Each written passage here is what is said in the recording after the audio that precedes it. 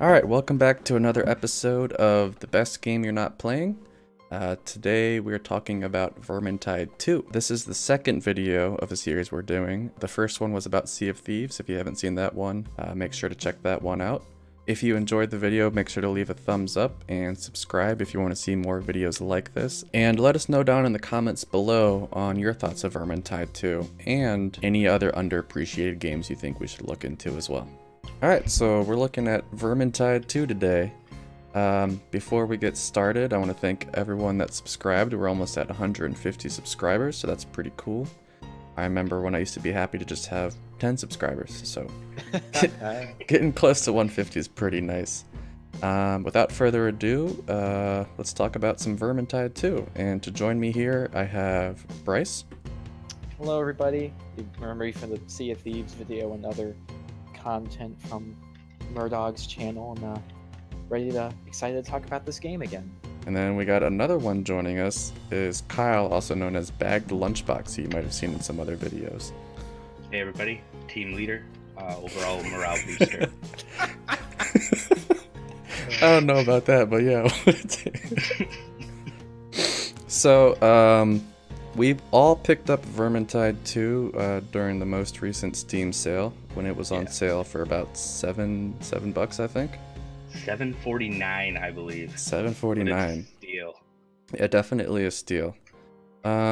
So basically, this game for us is pretty similar to Left 4 Dead, and I think Bryce, you've played a lot of that. I've not played. I've played a fair amount of Left 4 Dead 2, and yeah, very similar hack and slash model. You got your classic just mobs of enemies, whether that be the rats or the husks or whatnot. Then you got your specialized enemies like the ratling gunner, the fire rat, or like the weird wizard ladies. So very similar model to Left 4 Dead, and that means it's a good model and it's a good game. You would recommend it if someone likes Left 4 Dead that they should look into this game. Yeah, exactly. Like think of Vermintide 2 is Left 4 Dead, but if there was an RPG character progression and loot grind to it. That's basically what it is.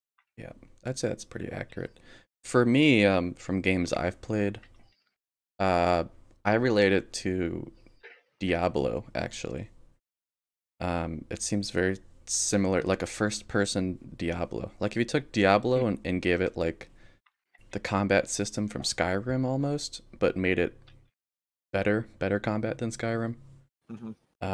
I think that's basically what you would have here in terms of you can be in a party of 4 and you level up. There's talent trees, there's loot. Is Diablo co-op as well? Yeah, Diablo's co-op. It's 4-player co-op as well. Okay. So, but that's more of like a top-down, click around the map kind of game. This is like a first person. So overall, we'll start into some of our overall good things we like about the game. For me, one of the big things I was really impressed with was the DLC model for the game, where all three of us own the base game, and I bought all the DLC, and then these two guys can play as well in all those DLC maps with me. Do you have to be party leader for that to work, though? No, I don't have to be party leader. Oh, wow. Like I can join. He was doing it in my party the other day. So I that's still have it downloaded, so now I can access that now. Yeah. I can play it whenever I want since I played it with you once. Oh, really? Yeah, it's still open, the final DLC on the thing that we played. Oh, that final DLC is the most recent update to the game where everyone has that. Oh, okay. So I thought for some reason that was the one mission we played together and it stuck. So no, that's that's not paid content right there. Oh, okay. The only thing about the DLC is you guys you won't have access to any of the new weapons or skins or any of that, but you can still play all the maps as long as I'm in the party with you guys. But that's like the most important part. Most important part is that. Bryce, what is one of your favorite things for the game? Well, yeah, I definitely like that DLC model because it allows players that maybe aren't super sold on the game to still get to all of its content, and if they like the missions, then they can maybe pay that extra money. I really like the fluidity to the hack and slash combat. It's Mhm. very the sword play and just the whole combat system feels very smooth. There isn't there's no real jarring pauses between like sword slashes or switching between weapons. You know, we're all big Sea of Thieves gamers, and I know Mhm. for like almost what felt like a year, the sword play in that game was horrible because you would swing and miss, and then you'd Yeah. have to wait I mean, yeah, 15 imagine seconds to wind back up again. It was yeah, just imagine awful. if Sea of Thieves combat was like this good of quality I mean, Oh, that it'd be in this amazing. game. Like taking out skeletons and skeleton forts would it'd be too easy, actually, probably. Well, I mean, but like think about like how These game mechanics, but with PvP, would be great. yeah, but think about like the mechanics of the different types of like elites in Vermintide hmm and their boss mechanics they have in this game compared to like Sea of Thieves, Right. so-called different like skeleton encounters. I don't know. This game does a good job of having like good challenging co-op PvE encounters. Definitely. Yes, indeed. Kyle, what would you say one of your positives is for this game? Well, I don't play as many games as I want to, or probably should. Mm-hmm. But this is my first hack and slash, and as soon as you introduce me to it, I just the game style itself, Yeah. I absolutely love. Just going bananas, and the gore. It is definitely very gory. Yeah, it's like a Doom level gore. I like it. Yeah, I could say that. It's like Doom Yeah, without all the heavy metal guitar in it. exactly. Yeah, It's very medieval satisfying to Doom. cut off a head of a rat. Yeah, Oh, and it's if you're amazing. using like a melee blunt weapon, you don't cut off their head. You like smash it down into their spine. If you've noticed that. And I that's have just not. I've Yeah. used all double-edged swords here. Yeah, get yourself a two-handed like blunt melee weapon, and when you overhead hit a rat, like their head just goes into their body. it's so good. Yeah, I would say in terms of like first-person hack and slash combat, it's I haven't played a game better, I would say. In terms of that system. I'm gonna have to get some other games to compare, but Yeah. as of right now, I'm in love with this game. And then also the ranged weapons in the game are also a lot of fun to play as. Between the different bows and guns. Mm-hmm. Those are definitely a lot of fun. For sure. Another thing I like is all the different heroes and then the 3 different classes per hero is pretty nice. Nice variety. So it's like a total of actually like 9 different classes almost. I mean 12. 12? 4 times Yeah. 3 is 12. Is it Yeah. 4 different? No, there's 5 different heroes. Oh, There 5. is. Oh, wow. Wait, yeah, I didn't even do my math right. Oof. 3. I'll do So that fif- for you. Yes, 15. 15. There we go. So we don't screw it up. Yeah, so it's like there's 15 different classes, and then each of those classes has their own talent perk trees as well, which is a good incentive for leveling your character up. Yeah. And then each of those classes has different weapons they can use as well. Right. Yeah, you can adapt to different people's play styles. It's nice. Yeah. Yeah, I can say for the fire mage, like just for her ranged weapon, at least from what I've seen so far, I have like 4 different range weapons, and they each have like one of them's like a sniper beam thing that does damage at long range. Another one's like a short range flamethrower cannon, and then you got your classic AoE fireball. And each of them really, it just adds a lot of variety and flexibility to the game, where you can change your builds on the fly between missions and keep it nice and fresh in that regard. Yeah. And the game does a good job of throwing loot at you a lot, especially when you're first starting out. Oh yeah, for sure. Yes, And as your character levels up, it gives you more weapons you can craft as well, like weapon types you can craft. So I know, like, for the one character you like to play a lot, Kyle, with the elf lady. Yes, indeed. As she Krillin leveled, or something. I yeah, believe she's got a ton of different melee weapons, from daggers to swords to 2 swords to a long sword that you all get access to as you level up. So that gives it a nice what's the word? Change of pace from the hack and slash that you're getting different weapons to keep using. And then those the weapons fact that can roll with like elemental perks and like fire or other things. Yeah. Yeah, damage boosts.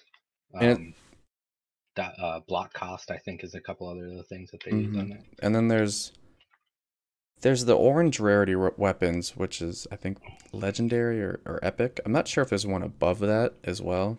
I think there might be. But those roll with some interesting stats, like with a bow, you'll get like some ammo back for headshots, Cool. or stuff like that, which is, it's got like a nice loot system. Though my one thing I'm not a huge fan of is like how you get the loot through loot boxes, kind of. But they're not loot boxes you pay for, but at the end of a mission you get a strong box that you open up and then 3 items pop out of it. So I'm not sure how that would be improved, because I don't think they want you opening up loot and doing item management in the middle of a match.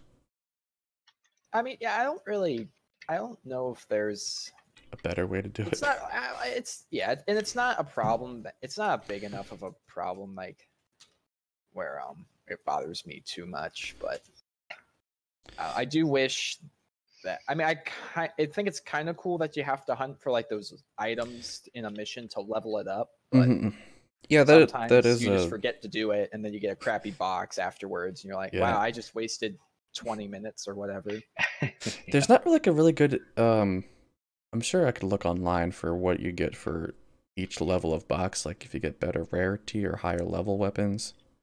It's not really indicated in the game anyway, I think, to see if it's really worth getting those upgrades. I'm sure it is, but I would like to know exactly. Because I remember I leveled up my end of level box, I think 3 times, and all I got was like a green and 2 whites, and then I opened a basic box and I got 3 blues. So it was like, hold on, why is the higher level thing giving me crappy gear? Two tokens and a blue brace. It always comes back to you. I know it does. I know. Had good luck with the legendaries opening lately. Oh, nice. Yeah, I like that mechanic, where you find the pickups in the level that increase your rewards at the end. Yeah. And there's 2 different classes of that. The one of them takes up your potion slot, so you pick it up, you can't hold on to a potion, which is pretty important. Those are the lore books. And then the other one, it's really cool, is the grimoire pickups.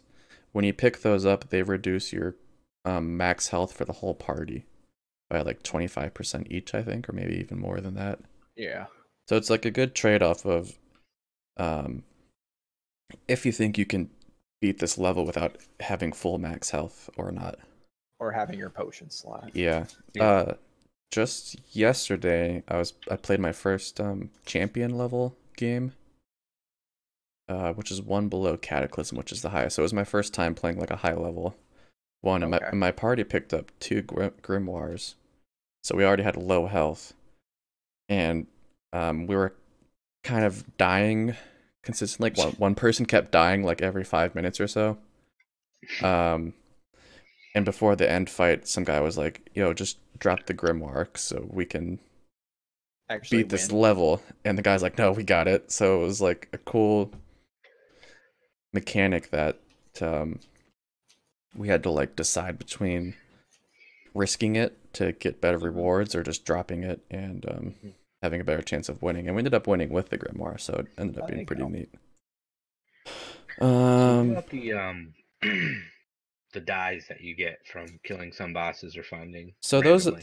those are loot dyes that just increase your end of the thing rewards that don't have any negative impact of picking up, I think. Okay, because I've seen them in chests before. I've seen them just laying in a corner of a house, and then sometimes killing some of the smaller elites. Yeah, they have. I think those are random spawns, so they're just like a kind of a reason to explore everything if you want to. There's a chance that they might spawn in chests or something, or boxes, or those crates that are always empty when I open them up. All right, before we go on to any of our bad thoughts about the game, does anyone have any other good positives they want to add on? I like that. I know it's not. They only give you like 5 of the shillings, which is the cosmetic currency. But I do like that just by doing quests and challenges in game, Mm-hmm. the game at least gives you something to spend on cosmetics. You don't have to pay actual money to either buy the in-game currency or just buy the cosmetics outright. I like that the game at least sort of rewards you with that stuff by playing the game. Yeah, there's like a nice background cosmetic reward system where some of those cosmetics you can actually get in the end of the game rewards, but they're not that common. I've gotten a few of them, but you can also get them through the weekly quests, as well as like each character has their own quest line as well. And I think even changing between different builds with a character actually changes your outfit. Because I switched my pyromancer lady to a different build, and like my uniform actually changed a little. Yeah, bit. each different character's classes has completely different cosmetics tied to it as well. Yeah, completely different costume. Yeah, and then like the cosmetics you buy in the store, those are always tied to one single class. Alright, so we'll go into some of our...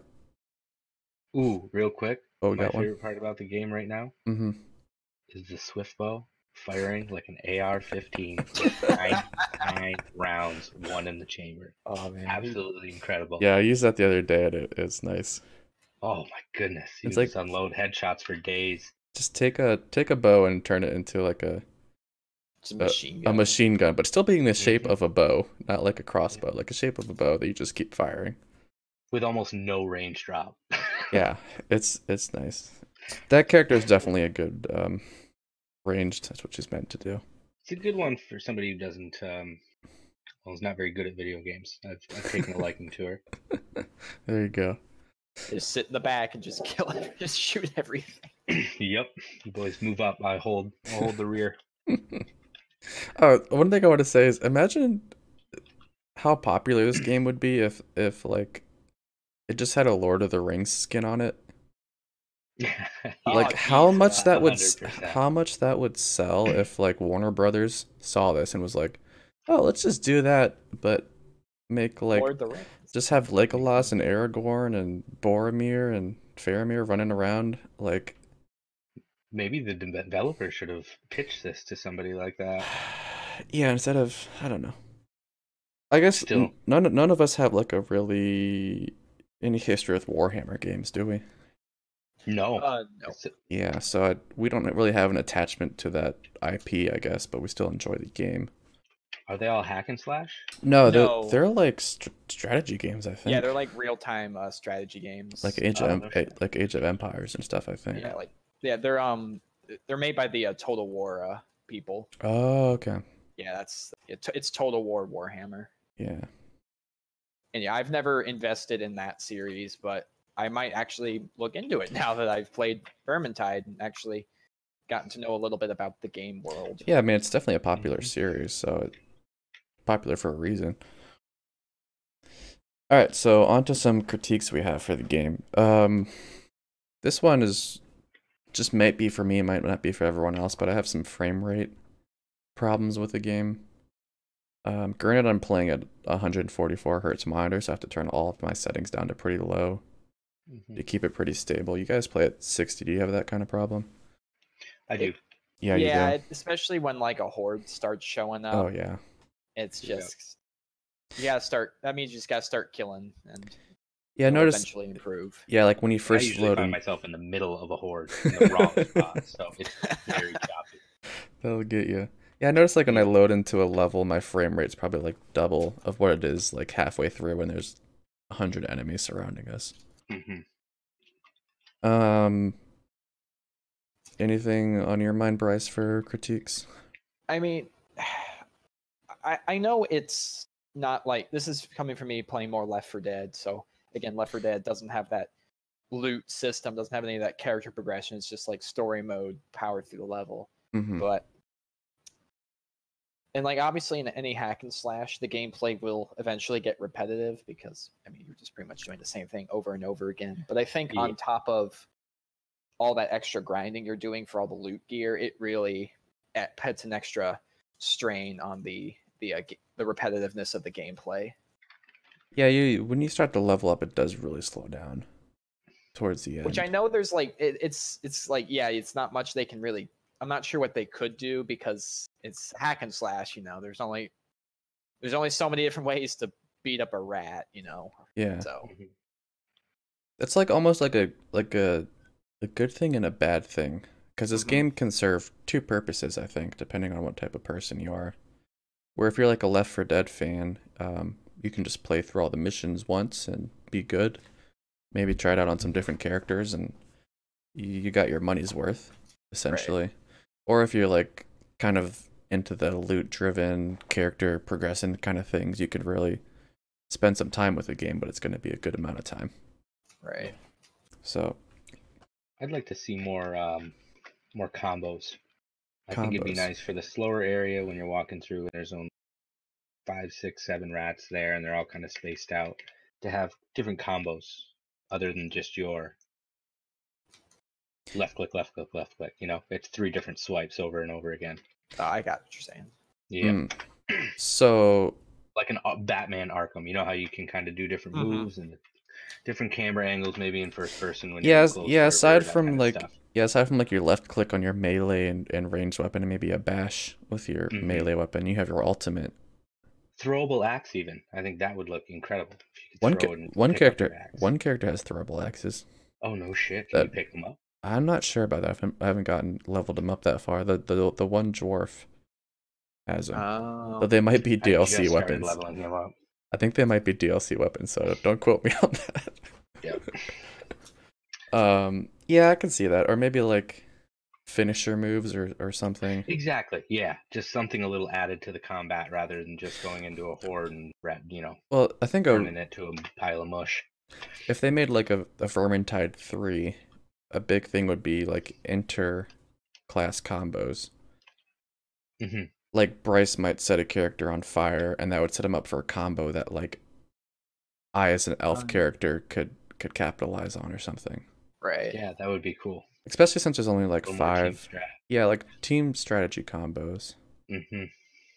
Similar to Anthem, but not like that because I don't like that game. Right. But like, I never played Anthem. I wish I would have. Well, that's not a sentence you should say.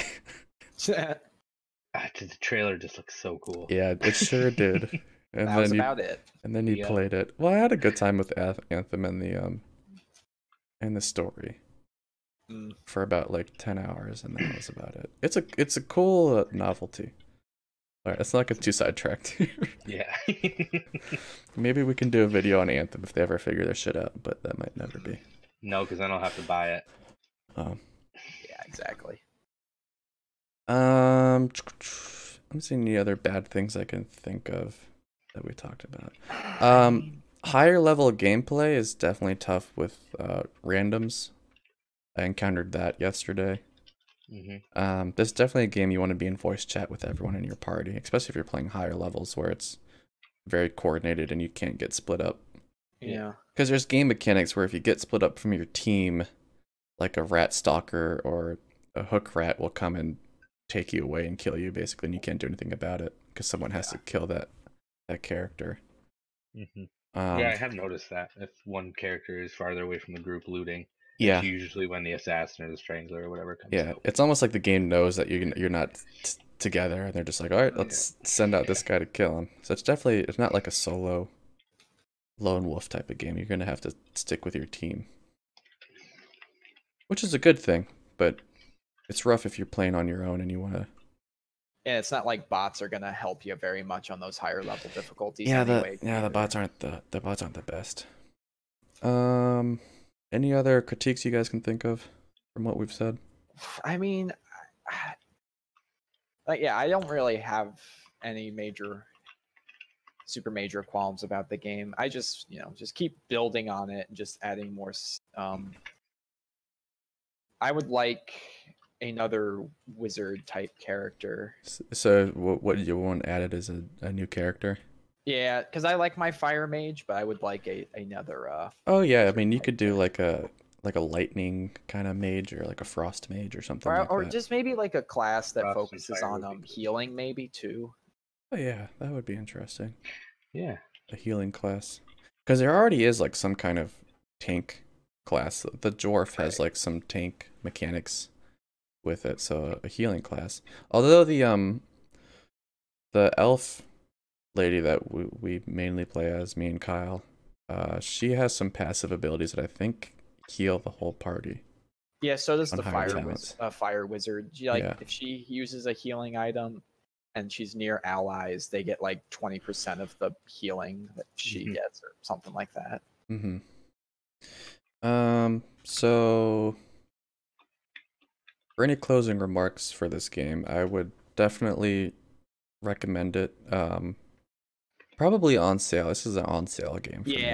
For sure. Put it on your Steam wish list, or I think it's on consoles, isn't it? I would assume it is. Yeah, put it on your wish list and pick it up on sale, and I think you'll have a good time. Especially for $7. And if you enjoy it, then pick up the DLC on sale as well. And when does the sale end? The Lunar New Year sale, isn't it? Oh, that's over. That's been over, yeah. But there's a Steam sale like every other month. So yeah, there'll be a summer sale, so definitely look into it for that. Anything else you guys want to say? That's about it for me. Cool. I wish I could pick up arrows because 99 is not enough. Maybe next time. Vermintide 3, you'll get 101 arrows. There you go. All right. 4 max. 4 max. All right, that'll do it for us. Thanks for sticking around, and we'll see you next time on the next episode of The Best Game You're Not Playing. Peace out, everybody.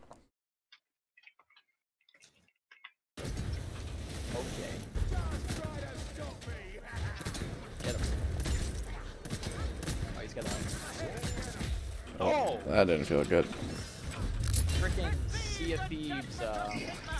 Bash away. Yeah, fucking bash.